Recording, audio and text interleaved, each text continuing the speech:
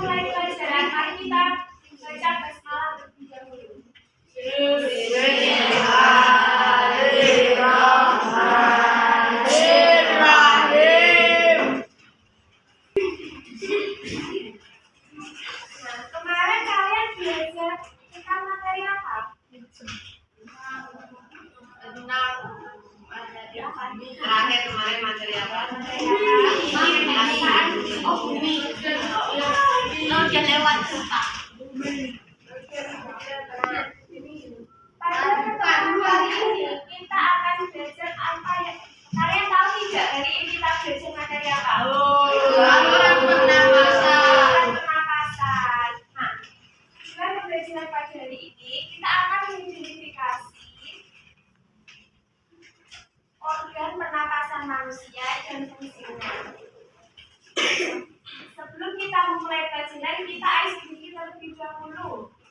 Kita ice breaking tepuk pagi, siang, dan malam.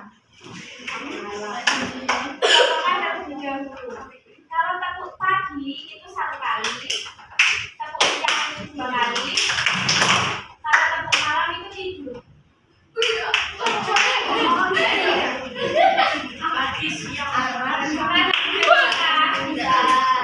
Kita akan bareng-bareng. Tepuk pagi, tepuk pagi, tepuk siang, tepuk malam.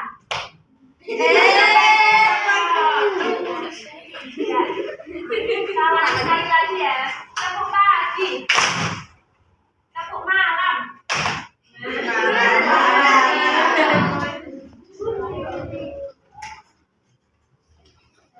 Sekarang kita akan memulai pelajaran.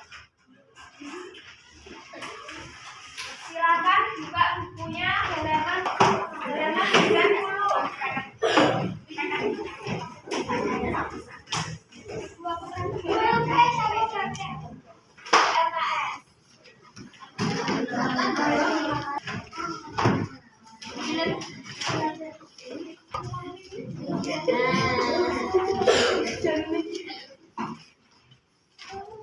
Hari ini kita akan belajar tentang organ pernapasan manusia. Apakah ada yang tahu apa itu saluran pernapasan? Saluran pernapasan adalah yang tahu?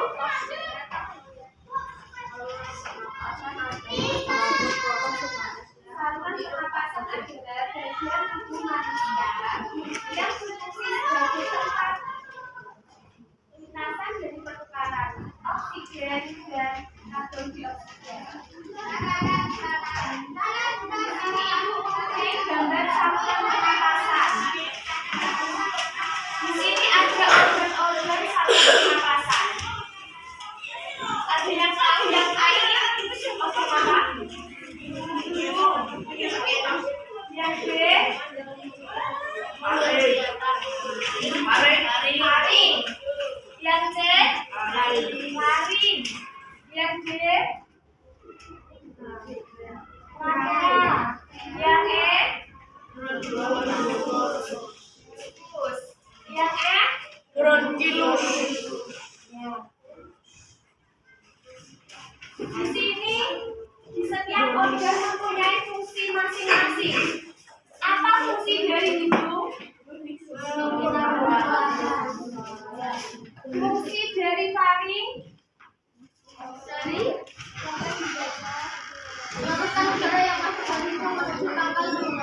Ya. Fungsi dari laring?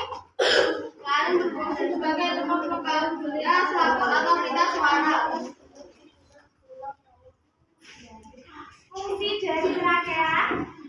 Dan mengeluarkan kotoran yang terbawa oleh udara supaya tidak masuk ke paru-paru dan nantinya akan dikeluarkan ketika bersin. Fungsi dari bronkus? Membawa udara menuju paru-paru kiri dan kanan. Dan yang terakhir fungsi dari paru-paru? Di paru-paru itu terdapat apa saja? Apa itu alkali? Alkohol adalah penyebab pertukaran antara membuat oksigen dari luar menjadi organ satu bergerak di tersebut. Kalian sudah tahu kan apa itu macam-macam dari organ saluran pernapasan manusia dan fungsinya. Di sini Ibu akan menampilkan sebuah video tentang sistem pernapasan manusia. Silakan disimak.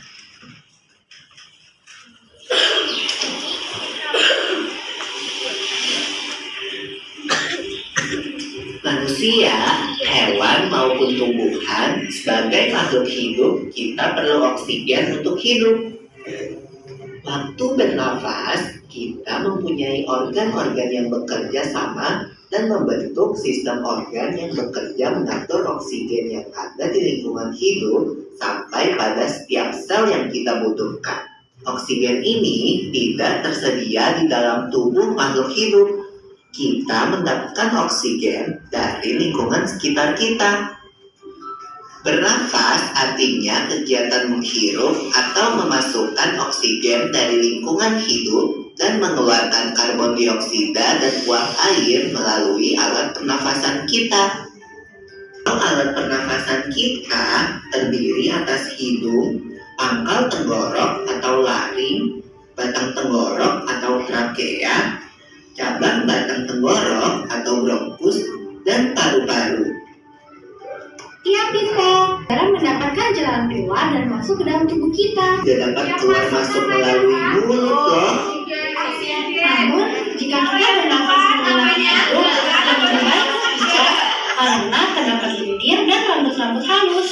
Rambut-rambut halus ini berfungsi untuk menyaring udara yang mengandung debu, kotoran, dan kuman penyakit. Itu tenggorokan. Tenggorokan merupakan alat pernafasan manusia yang kedua.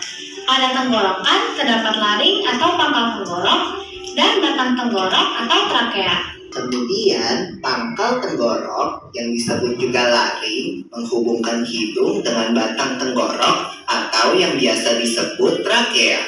Pada ujung trakea terdapat bronkus, yaitu percabangan yang menghubungkan trakea dengan paru-paru kiri dan kanan. Alveolus, dan berujung pada gelembung paru-paru yang juga disebut dengan alveolus. Pada alveolus ini kan yang terdapat pembuluh darah, di mana terjadi pertukaran gas oksigen dengan karbon dioksida. Well, people, tahu gak kalau sistem pernafasan kita terdiri dari dua kan? Yaitu sistem pernafasan dada yang punya kita. Nah, itu tadi organ-organ dari sistem pernapasan manusia. Setelah itu, di sistem pernapasan manusia itu ada juga, yaitu pernapasan apa saja? Pernapasan dada dan pernapasan perut. Di pernapasan dada ada juga fase, yaitu fase inspirasi dan fase ekspirasi. Apa itu fase inspirasi? Pada pernapasan dada.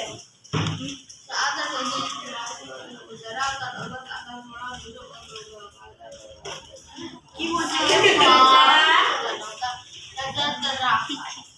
Akibatnya tekanan udara di dalam paru-paru menurun sehingga udara keluar masuk ke dalam paru-paru melalui saluran pernapasan. yang kedua yaitu fase ekspirasi pada pernapasan dada. Saat terjadi inspirasi mengumpulkan udara otot-otot akan mulai relaksasi sehingga posisi tulang rusuk berulang saja kembali normal atau dalam posisi semula. Akibatnya tekanan udara di dalam paru-paru meningkat sehingga udara dari dalam paru-paru keluar dari tubuh melalui saluran pernapasan. Sekarang kita akan Kan dan juga sistem pernapasan perut. Jelasin dong, Pipo, apa sih perbedaan detailnya? Pernafasan dada terjadi karena gerakan tulang rusuk oleh otot-otot antar rusuk. Pengambilan udara terjadi saat otot antar rusuk berkontraksi atau mengerut, sehingga tulang rusuk berangkat ke atas menyebabkan rongga dada dan paru-paru membesar. Oh begitu, berarti pengeluaran udara terjadi saat otot antar rusuk berelaksasi atau mengendur. Saat itu, tulang rusuk turun ke posisi semula, menyebabkan rongga dada dan paru-paru mengecilkan. Ya, benar sekali. Lalu menurut kamu, bagaimana dengan pernapasan perut kita, Lula? Aku belum yakin banget sih, Pipo. Jelasin dong. Pernapasan perut terjadi Di pernapasan perut juga ada dua fase inspirasi dan fase ekspirasi. Fase perut diinspirasi yaitu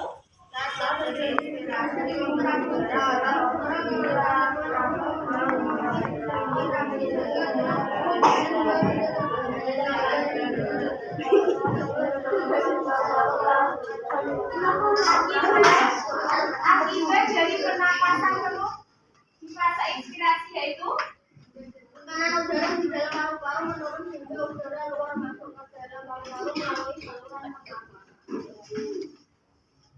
Sekarang fase yang kedua, fase ekspirasi. Fase ekspirasi pada pernapasan perut itu adalah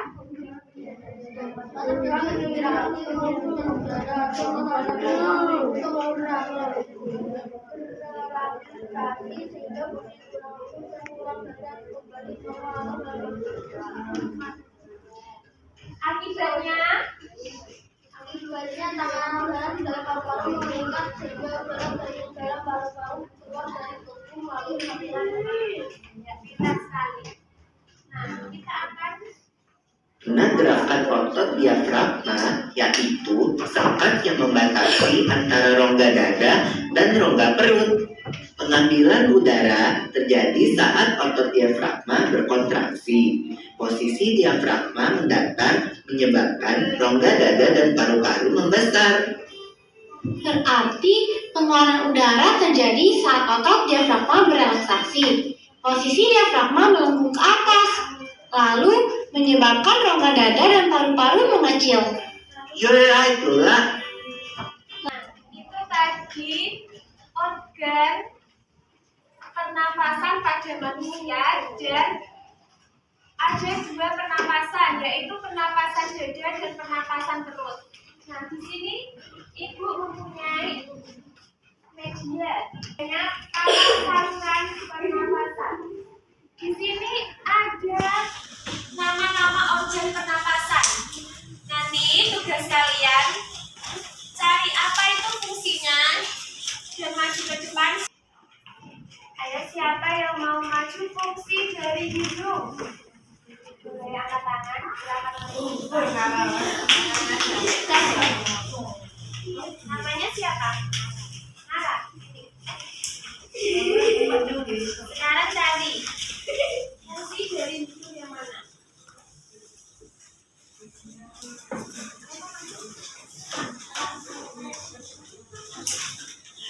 Apa fungsi dari hidung?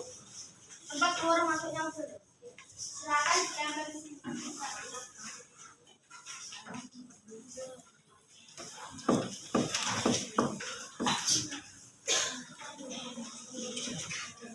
Benar nggak? Fungsi dari hidung tempat keluar masuknya udara.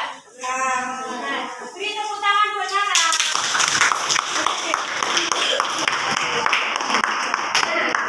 Sekarang fungsi dari paru-paru.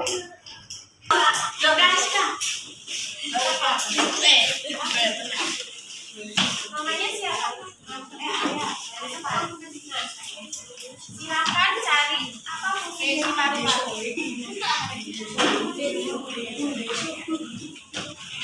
Sekarang ditempel.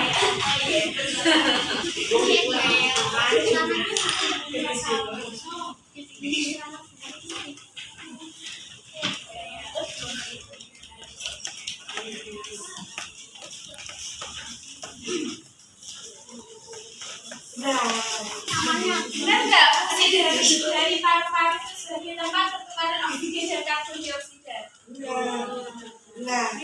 Tepuk tangan.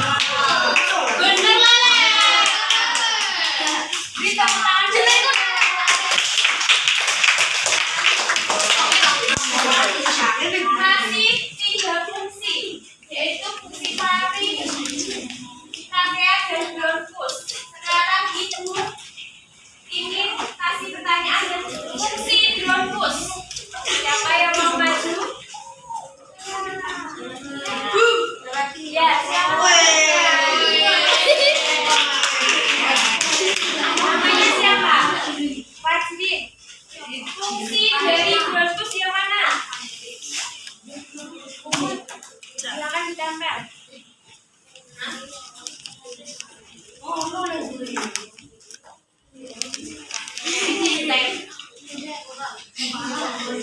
Silakan ditempel.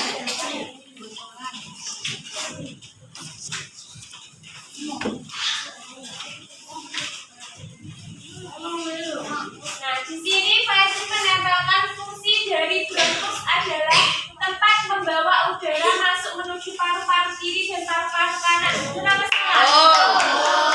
Beri tepuk tangan.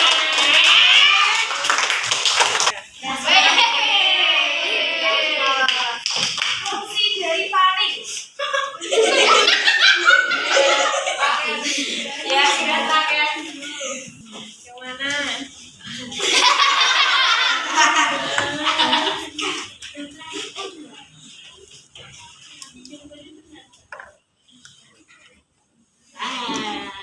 Silakan tempel.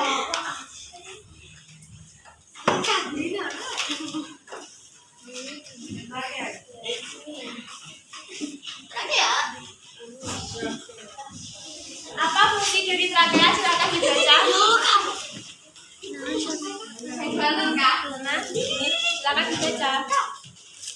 Menahan dan mengeluarkan kotoran yang terbawa oleh udara yang bisa masuk ke paru-paru. Benar apa salah?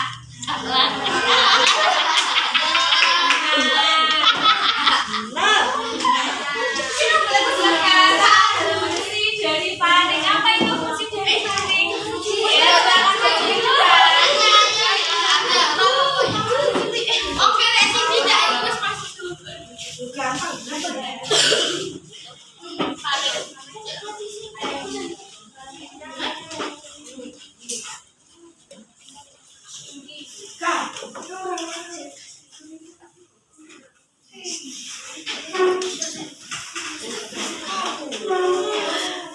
Silakan dibaca fungsi dari faring apa?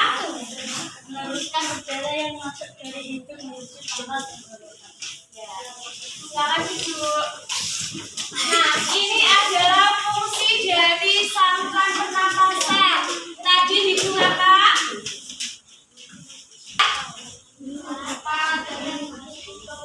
Pelan, masuknya udara. Oksigen menjadi karbon dioksida. Pintar sekali. Kalian sudah paham apa saja organ saluran pernapasan dan fungsinya?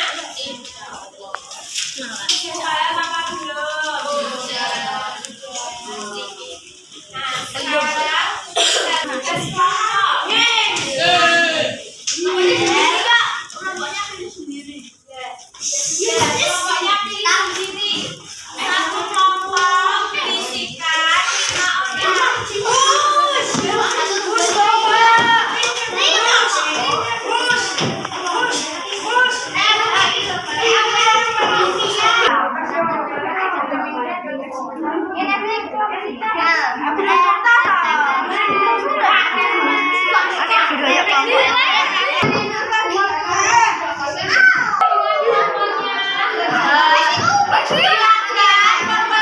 kelompok maju ke depan mengambil secara berkelompok.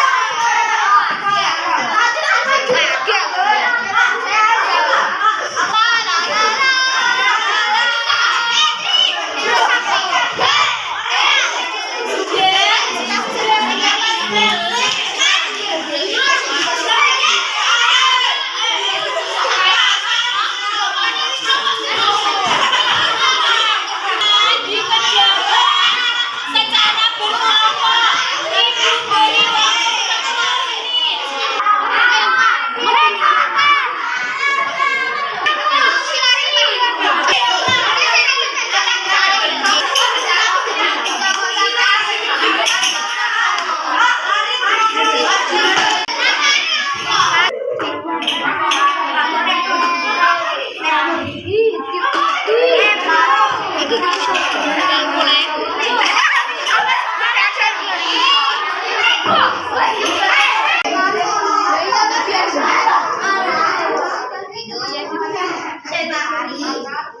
Hari